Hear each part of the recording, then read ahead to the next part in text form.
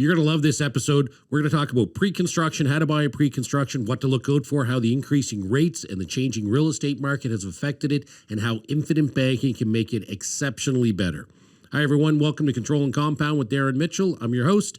Joining me today, as always, Christina Wyatt, Wealth Coach at Control and Compound. Christina, what's going on today? Hey, Darren, lots going on today. I'm excited for our podcast and another real estate topic for us to discuss. Before we get started, I do want to remind everybody that if you're listening on your favorite podcast platform, you're going to want to leave that 5-star review and subscribe. And for those listening or watching on YouTube, please subscribe, like, and hit that bell button so you always know when new content's coming out. Thank you. And so today we're going to dig into pre-construction, and this is in my book, Infinite Banking for Real Estate Investors, available on Amazon, one of the chapters. But disclaimer first, we are not real estate investing experts. This is educational material only. Please consult your real estate professional for advice. All right, Christina, we're going to talk about hands-on and hands-off investing, and then we're going to dig into pre-construction. What's hands-on and hands-off? So hands-on investing are those, you're doing your renovations, you're doing flips, you're doing that BRRRR strategy, invested, I guess, in the project. You're hands-on. You're dealing with the project one-to-one, whereas hands-off investing, you're doing things like what we're going to talk about today. You're doing some pre-construction, maybe private lending, which we did do in our first real estate podcast that we came out. So make sure this is our second part of those 7 strategies that we're discussing in the book. But part 1 was private lending, which is one of those hands-off topics. And we're also going to be going into a second here with pre-construction. Yeah, and pre-construction is hands-off, at least for a period of time. For some, it's hands-off for a long period of time. But we're going to walk through the ins and outs and how you do it. But it just goes back to our belief that real estate is an incredible asset class, an incredible place to park a portion of your money. Because your dollar's doing more than one job with real estate. And, we talked about money in the stock market doing, one potential job going up. Money into real estate, how many jobs, Christina? We've got appreciation, we've got cash flow, we could potentially renovation, make it more valuable, we got tax benefits, we got the power of leverage. What else am I missing? I think you nailed those out. That leverage one's my favorite, but yes. Leverage is one, and this infinite banking is just gonna amplify the leverage and show you how powerful it can be. But let's start with pre-construction. So when we talk pre-construction, typically, what are we talking about? In what area of the country are we talking about? So 95% of the time, pre-construction is going to be a condo, right? We see a lot of pre-construction deals that are new condos going up and in those big cities. Because when we're doing pre-construction, we're really looking for that appreciation. That's the target that we're trying to hit when we're doing this strategy, when we're doing this real estate investment. So you want to be in an area that has a lot of appreciation, that you're seeing that big appreciation and growth in that city or town. Yeah, great point. So this isn't a massive cash flow play, or not even in some cases negative cash flow play. We're not interested in those ones, but cash neutral, a little cash flow. So it is playing the appreciation game. For some investors, that's totally acceptable. For others, they don't want to play that game. They want to totally focus on cash flow, and that's fine. So this is a strategy for maybe part of your portfolio, maybe not all of it, or maybe it doesn't fit, or maybe it's the perfect fit. And I think you'll understand better if it's a fit for you when we go through the pros and cons, because there's some really huge advantages to pre-construction and getting into the market. So we'll dig into that. Okay, so let's look at an example pre-construction, and we'll pick somewhere in the GTA for this. So you buy a condo for $600,000. So you got to put 20% down. So you got to put $120,000 up front to buy this, right? No, Darren, you actually only need to put 5% down for a pre-construction. So that's why this strategy is good. A lot of people tend to think that it's for, investors that have been in the game for a long time, but really it's a very suitable investment for someone that's just starting out, because instead of having to put that whole $120,000 down on a $600,000 property, you only need to put 5% down per year. In a typical, opportunity that you're working with, about 5% down per year until the condo is completely built. And then you're going to go out and you're going to get that mortgage. So it's a great opportunity for new investors, because really we're only having to come up with $30,000 in that first year instead of that full $120,000 that you would typically have to buying it right out. Yeah, great point. So yeah, 5% down, and then usually 5% a year till it's completed, and that's when you go get the mortgage. So the important thing there is that's when you go get the mortgage. So perhaps you went through a divorce, you went through a separation, your job, you're just starting out in a new job, building up your credit report. Maybe you're a business owner that had some bad years during COVID and didn't show a great income, and you need some time to build that track record up of showing an income. So this is a great way that's to say I can get into the market, I can hopefully participate in the appreciating market, but I don't actually need to qualify for 3 to 4 or 5 years to qualify for the mortgage. So you get time to work on that to help you qualify for that mortgage. So great for people that want to look in the future when they're going to be in a better financial situation. But you got to make sure you have that money each year to pay those deposits, because this doesn't work if you pay 1 year and change your mind. Yeah, exactly. You want to make sure that you've got that cash available for the down payment spread over that time period. So you've got time to make it up. You mentioned appreciation. That is the strategy here, right? So we've talked it's taking 4 or 5 years before you have to get the mortgage. Well, what's happening with that property over those 4 or 5 years, especially in these GTA areas, Vancouver?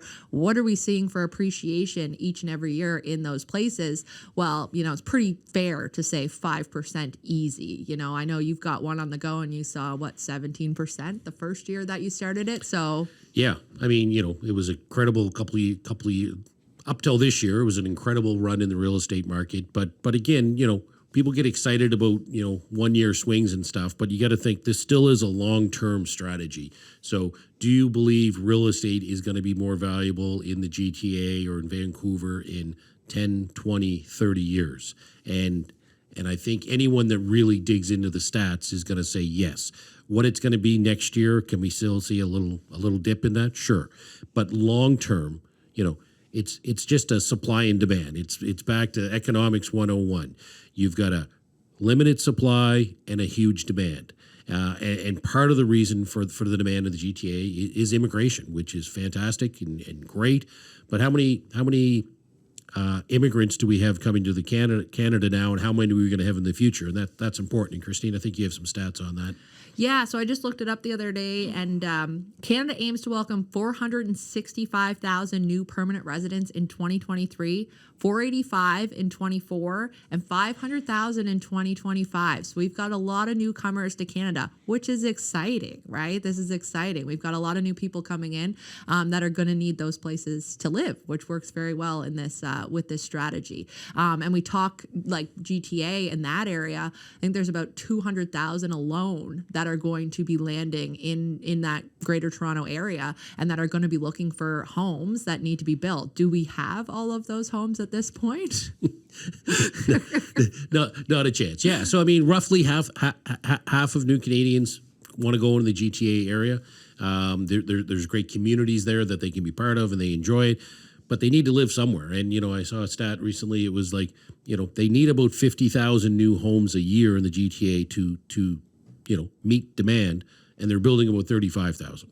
So again, it goes back to this supply and demand. If that continues, where there's more people wanting a place to live than there are units, what happens to the prices? Prices are going to go up. We're going to see that appreciation, which is really what we're trying to achieve with the pre-construction strategy, right? So it sounds like the perfect situation. Okay, so let's talk about sort of go through some of the steps. Step number one is, you've got to deal with a real estate agent, and I think that's really important to get this done right up front. They're just like everything, just like we specialize in infinite banking, mostly working with real estate investors and business owners. Well, there's real estate agents where they specialize in pre-construction. They've done this 50, 100 times a year. Some guys have done like 50 or 500, 1,000 of these through the years. Well, when you do something that much, you get really good at it, and you get systems and processes. So, I went through this, it was actually through one of our previous guests, Simeon Papalilias, through Rec Canada. They've done so many of them. It was such an easy process as a buyer to go through that process because they had a lawyer. They had all the clauses we're going to talk about in the contract. They had the right location. We're going to talk about that. So they had all that. They had a lot of education material that I was able to learn from. And again, there's find someone that specializes in this that you're comfortable with, because really that buyer is the expert. Sorry, that agent is the expert. And why make 100 mistakes if they've done this 500 times? They've seen all the mistakes. They know what the mistakes are. And if you can avoid the mistakes a lot of people make, you're going to be a lot better off long term. 100%. You're not going to see these deals online, like on MLS or, as listed, right? They're not built yet. So you have to have an in with someone that knows what they're doing, and having that specialist, your real estate agent, be a specialist. We say that, wealthy individuals surround themselves by people that specialize in what they do. So if you're a real estate investor, your accountant should be a real estate investor. Like your broker should be a real estate investor, your lawyer. They specialize in these things so that they do them, they're on that same mindset as you, and they know what they're trying to achieve because they're doing it as well, which is so important. Man, you mentioned a lot of people that should be experts. You didn't even mention you should deal with someone, an infinite banking expert. Well, yes. I don't like to talk myself up too much now. So now let's dig into location, and the real estate location. In the pre-construction market, what are some of the key factors we need to look for location? Well, you first want to put yourself in your renter's shoes, right? Because you're not going to be living in this property. If you're doing this as an investment, the goal is not to live in the property. So you want to think about who in this area, like who's going to be living here. And think just like that. So I think a really big one is transportation, right? Huge. Are they going to have a car? Are they going to be taking the bus? Is there, public transportation they can be taking? What does that all look like? Because that's huge. Not everybody does have a vehicle in these bigger cities because they don't need one, but they have to make sure that they're on that public transit. So take a look at where it's being built and what type of transportation is around that area, because that's going to be very important when you're looking for a tenant. Yeah, and not just now, but if you start, the next 10 years, if the GTA is going to grow by 2, 3, 4 million people, how do you think traffic's going to be then? Mm-hmm. I mean, already, it's a nightmare. What it's going to be like in 5 or 10, that public transportation, people need public transportation now, and I think that need for it's just going to increase. So one of the things, when I bought the place in Port Credit, it was like, okay, there's a future transportation link. They're building the LRT up Highway 10 in Mississauga. Now they're building the Cooksville. Hamilton's got a new line going in. So you look at these things; these are like 5 and 10 year projects, or 10 years planning, maybe 5 years to build it. So they've been building this for years. Well, while they're building this, that's when this condo I bought is getting built. So by the time that's completed, we're pretty much going to have hopefully the LRT done, or a portion of it done. But you've got to have location. You've got to be close to subway or a GO train in GTA, right? That's what you want. People don't want to drive downtown to go to work. They want to jump on a GO train. So I bought a place directly across the street from the GO train terminal and the LRT. Like, it's 19 steps. Last time I was up, I walked it. It's 19 steps. That's a good location, okay? There's all kinds of other good locations, but public transportation is probably the number one thing I'd look for. And then who's going to live there? Just like you said, Christina, like, are there going to be university students? Are they going to be young professionals? Are they going to be, families? Who's going to live there? Because, I found I struggled with this when I picked out the different finishes for my condo. It's like, oh, I really liked, the granite countertops, and then it's like, well, wait a minute, like, I'm not going to be living there. And, hey, it'd be great to be on a top floor with a huge patio. Okay, but am I going to get that much more rent for a place like that versus on the 11th floor where I bought? Well, no. And then, water views, awesome. Well, half water view, is your rent really going to be that different? So again, if you're not planning on living there, you got to think, how do I rent this? How do I buy it the lowest price I can? And then how do I furnish it so it's attractive to them, attractive to the renter, without spending an ungodly amount of money? So again, think of the renter. You're bang on there. Yeah. Also thinking about how it's a couple years out, right? You know, that perfect finish might be very popular today. You know, you see a lot of those gold finishes and stuff like that. Is that sticking around? Is it sticking around? You're going to pay more for it. And in 3-4 years, is it still going to be popular? You don't know. So think kind of a bit more long term when you're looking at those types of things in one of these types of projects. You want something that's going to last for a tenant, and that's not going to be, you know, the flavor of the year. Yeah, and just one more note on the you know the agent and the builder on that. Like typically the way these condo projects are going to work is you're going to have phases, right? You're going to have phase 1, they're going to sell X amount of units. Then they're going to have phase 2. The units in an appreciating market, the units will be more expensive. Then phase 3 be more expensive. Maybe a phase 4, and then they usually hold back, you know, 5 or 10% to sell, you know, at market rates when it's completed. But you know, you really want to be dealing with an agent that can get you that first phase, because you want that first phase pricing where you get to pick your unit, you get to get the initial pricing. You know, again, you buy a condo today and it doesn't get built for a total of 4 years or 5 years. How much appreciation could you have through that time? So you want to make sure you get the lowest price in a place that's going to appreciate. Thanks for listening so far. If you're watching on YouTube, make sure you like, subscribe, and hit that bell button so you always know when new content is coming out. If you're listening on your favorite podcast platform, please leave a 5-star rating and leave a review and subscribe. And if you are interested in learning more, please visit our website at controlandcompound.com to sign up for a free education session with one of our wealth coaches.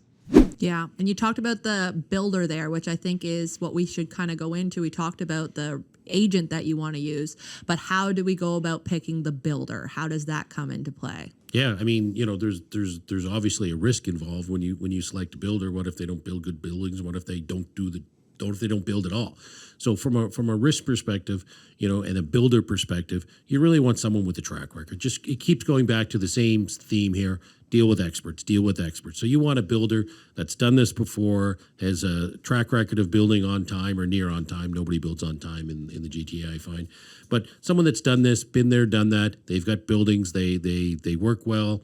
And, you know, the only really huge downside here is what happens if the builder doesn't actually build. Because typically what happens is, you know, they get a piece of land or they bought a place and they go, we're going to build here. They go out and they try to sell the condos. And once they get to, you know, 80% roughly, they go, okay, now we can go to the banks and say, okay, we've sold 80% of these condos. Can we borrow the $100 million or whatever the number is to actually build them? But if they don't actually end up building it, you don't lose the deposits that you made. So typically in a contract, you'll have like maybe a 2-year, 3-year window that if they don't start construction, then that money gets returned to you, because that money's not actually sent to the builder. It's sent to a law firm in trust. Now this, you know, my experience in Ontario, check your local regulations, but you send the money to a trust or a law firm, and the builder doesn't actually get that deposit that you put down until they get the approval and they start building. So there's usually, again, if you're dealing with a good agent, there'll be a clause in there saying if you haven't started construction by X, that money is going to be reimbursed to me. So look for a quality builder that's done it a bunch.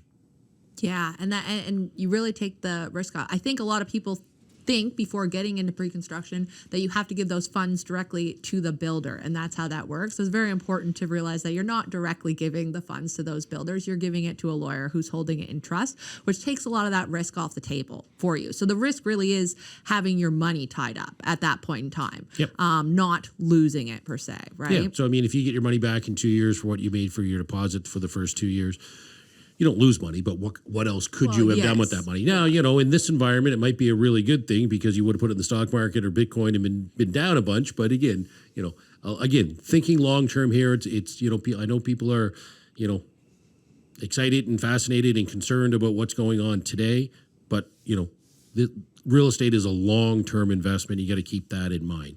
But just one comment on the delays too. Something like the delays on building. So they say it's going to be built in 3 years, and then it's 4 years, and then it's 5 years, or they said 2.5 and it's going to be 4. Like delays are typical. But whether you're an investor or you plan on living in this condo is completely different scenario. So if you're planning to live in a condo and they say it's going to be ready in 3 years, and 3 years comes and the condo's not ready and it's going to be another year and a half or 2 years or whatever, it's like, well, now you've got a housing problem. You don't have a place to live. You had planned to live there. Maybe it was you had a lease that was expiring or whatever. It's like, where are we going to live? We had planned to move here and now we can't move. So a huge problem as a person that's going to live there. As an investor, great, no one wants delays, but it really isn't the end of the world in some cases, because you don't actually get the mortgage until it's completed. So, take my condo. If it was delayed another year than we expected it to get it built, well, what would happen? Well, great. I've already put my deposit down. Yeah, my money's tied up. But if it's appreciating, well, now I don't even have a mortgage, but yet I'm getting I'm getting the growth of 100% of the appreciation. I'm getting 100% of the appreciation on the $600,000, $700,000, $800,000 condo, but I've only put down the deposit and I don't even have a mortgage. So not the end of the world if you're an investor, but as someone that's going to live there, delays are a big concern. So make sure you have contingency plans and stay on top of that. Yeah, exactly. The contingency plans are important in anything that you're doing. And I want to talk about something that you mentioned in your book that's extremely important to look for when doing these pre-construction deals are those clauses. So you mentioned one, but there are 3 very big ones that you want to make sure you have in order when looking for the right deal. Yeah. So there's 3 clauses. And again, this goes back to dealing with an agent that, has experience on this and typically hopefully works with real estate investors. Number one, let's go through each one of them. But number one is occupancy. So again, we'll walk through the condo. So the condo gets built and the builder goes, great, here's the keys, it's built. Well, you don't actually own it at this point, because once it's built and you get the keys, it usually takes anywhere from 3 to 9 months or sometimes longer for you to actually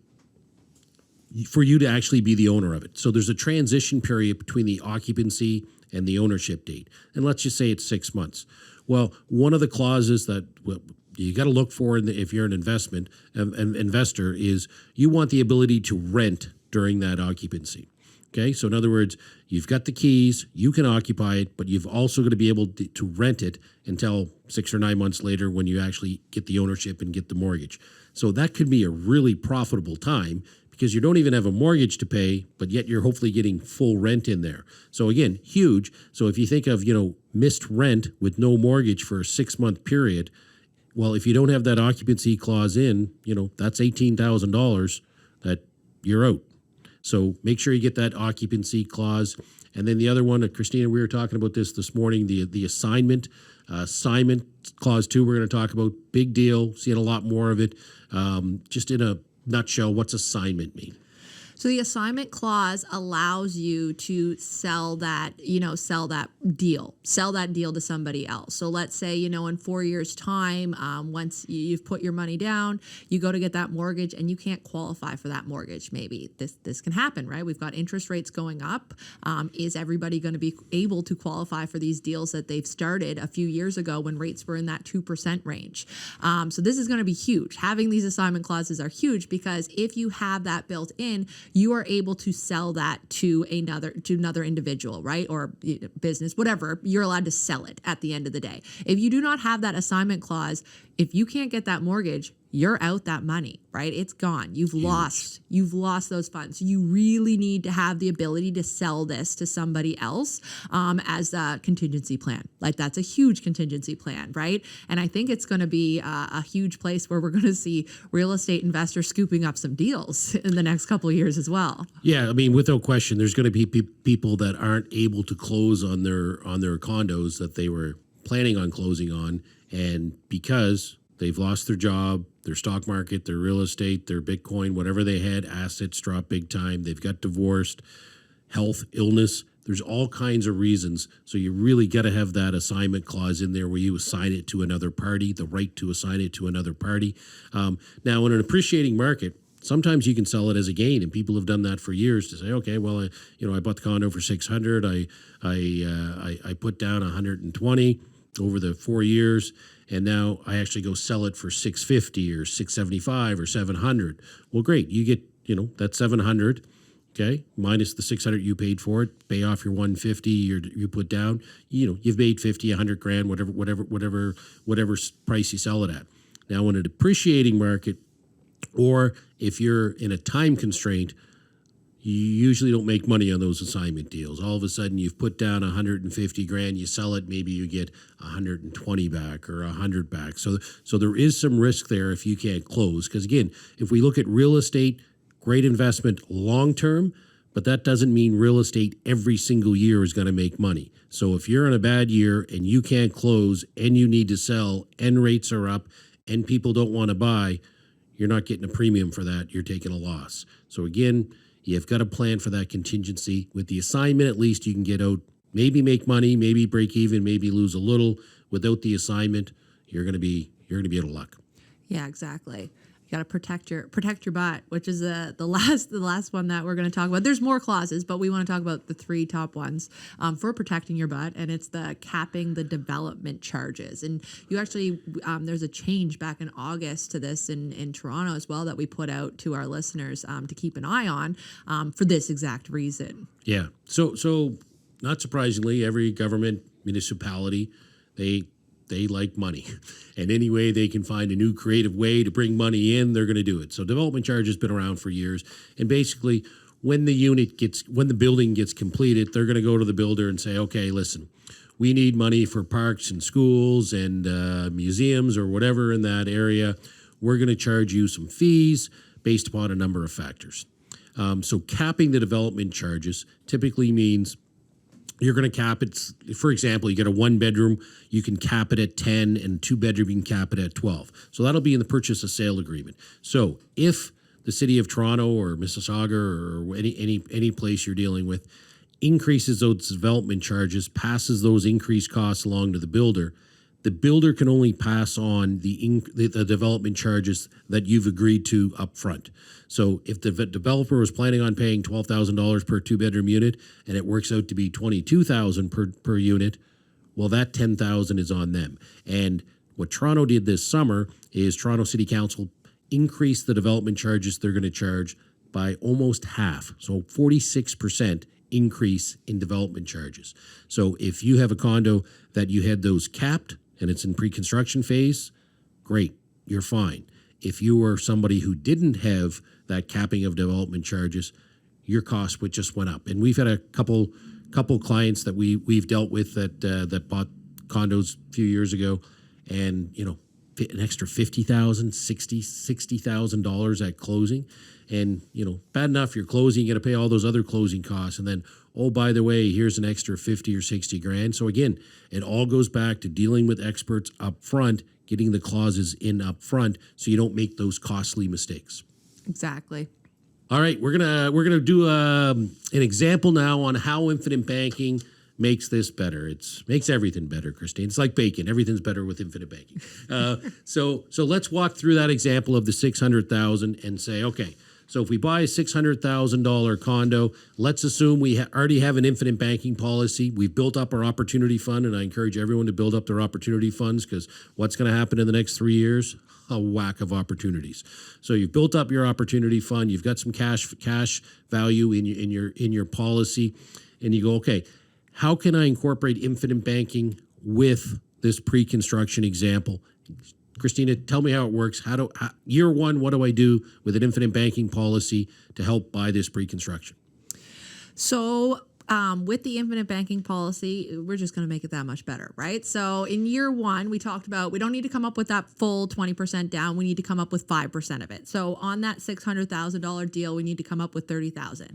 Well, you're not going to use your own money, because why ever use your own money if you don't have to? Instead, you're going to go to your policy and you're going to take that policy loan. So you're going to take the $30,000 as a policy loan in year one.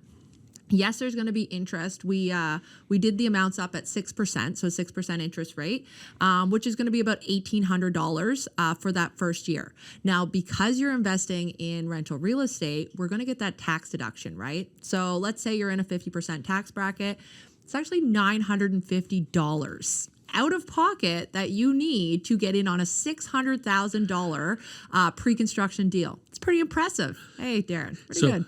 So you've secured the right to purchase a $600,000 condo, hopefully in an appreciating market, and you're out $900 year one. That's $950, Darren. $950. Pretty impressive way to buy real estate. And then year two, we're just going to do the same thing, borrow $30,000 each year. So we're going to pay a little bit more interest each year. We're going to that interest again, because it's for an investment, we get to write it off as a tax deduction. So in this example, we're going to say, let's say it's 4 years till it's built. So you've borrowed $30,000 a year from your cash value policy. You've got $120,000 outstanding policy loan, and you've got about $3,600 a year out of pocket, about $7,200 a year in interest. So you pay the interest, you write it off. Now you go to close. Now, so let's say you go to close and you're going to pay that or get that mortgage after year 4. One of the other clauses we didn't even talk about is some real estate agents or some groups that you can buy these through will have deals where they'll provide some type of property management for a period of time. So the one I did, it was actually 2 years. So great. I have no heavy lifting to do for the first 6 years, for the first 4 years till they build it. Once they build it, I got to write some checks and get the mortgage. But then they're going to actually rent it for me on my behalf for the first 2 years. They're going to screen the tenants, collect the rent, do the property management, deal with the tenants, toilets and termites, any of that stuff that comes up. So there's really, as a hands-off investment for 6 years here, really, I plan on doing nothing other than cutting some checks and putting some money in an infinite banking policy and moving it around. So over that 6 year period in our example, the out-of-pocket expense is a little over $16,000. So you're out about $16,000 out of your pocket. But if that condo went up just 5% a year, and Toronto last 100 years averaged 7%, but let's say it goes up 5% a year, what's your condo going to be worth in year 4 when you go to get that mortgage? $729. So it's $729, and remember, when you're doing pre-construction and you're getting that mortgage, you're not getting it based on that $600,000 that is your purchase price. You get to get it on that $729, right? They're going to do an appraisal, and that's going to appraise at $729. You can get your mortgage on that. Great point. So mortgage company doesn't care what you paid for the property. So hey, I paid $600. Can you give me a mortgage? So they're like, we don't care. What is it worth? What's the appraisal? How much is it worth today? What we're loaning you money on. So, one of the, like my strategy of my pre-construction is it's gone up in value since I bought it, and hopefully it stays that way. A lot of times in year 4 or whenever it's built, you go to get that mortgage, but because of the increase in value, the mortgage you're going to get, the 80% of the actual value, is the full purchase price.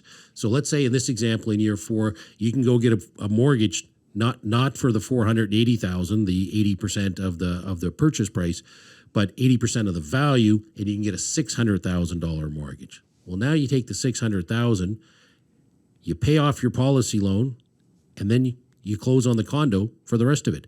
So now you've paid off your policy loan. You haven't put your money into this. You put the infinite money from your infinite banking policy into this. You wrote off the interest. You're out $16,000. It's rented for you in the first 2 years. So now, what's your condo going to be worth at the end of this 6 years? You haven't done any heavy lifting at this point. You're into it for 16. How much growth do you have in your condo over 6 years? Over 6 years, you're looking at $804,000 on that condo. So ballpark, almost $200,000 gain in this example, and that's at 5% appreciation. Okay. Now again, there's risk involved here if it's not an appreciating market. So maybe you need to hang it on longer term, and I have no plans to sell this.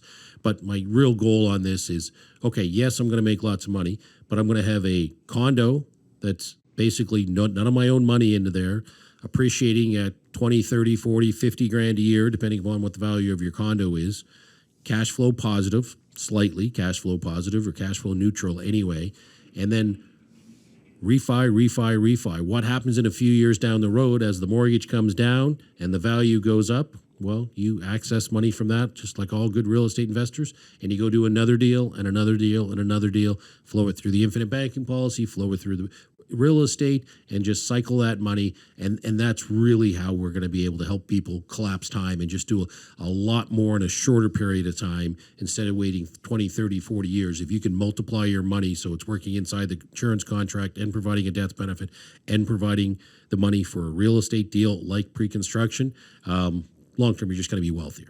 Yeah, 100%. You've got your dollar working in lots of different places, right? You're doing a lot of things.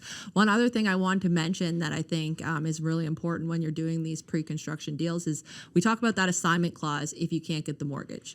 Why can't you get the mortgage? Well, usually typically those debt ratios and stuff.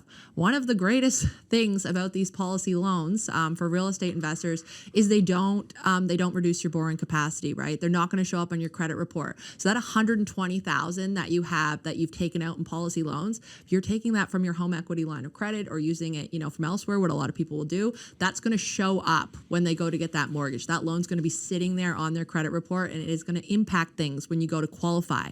That 120 is not going to be there. That's huge. The other thing too is we talk about paying back the interest each and every year. Doesn't necessarily need to be done. You need a strategy for paying back these loans. That's the goal with these investments. But if 1 year you've got another project that you're working on, you don't necessarily have to pay. These loans are completely flexible, right? You pay them back when you want, how you want, and if you want, and they're not reducing your borrowing capacity. It's huge for real estate investors. That's not a little thing. Yeah, great points, Christina. You are the bank. You make the decisions. You decide if it's a good investment and you want to invest in it. You don't get anyone's permission. You decide when, how, and if you're going to pay the loan, just putting you in complete control. Great way to wrap up, Christina. Great podcast. Thanks for watching. Thanks for listening. Have a great day. Thanks for listening to this podcast. If you're listening on YouTube, please like, subscribe, and hit that bell button. If you're listening on your favorite podcast platform, please leave us a 5-star review and subscribe. And if you want more information, check out our website, controllandcompound.com, and you can sign up for an education session with one of our wealth coaches.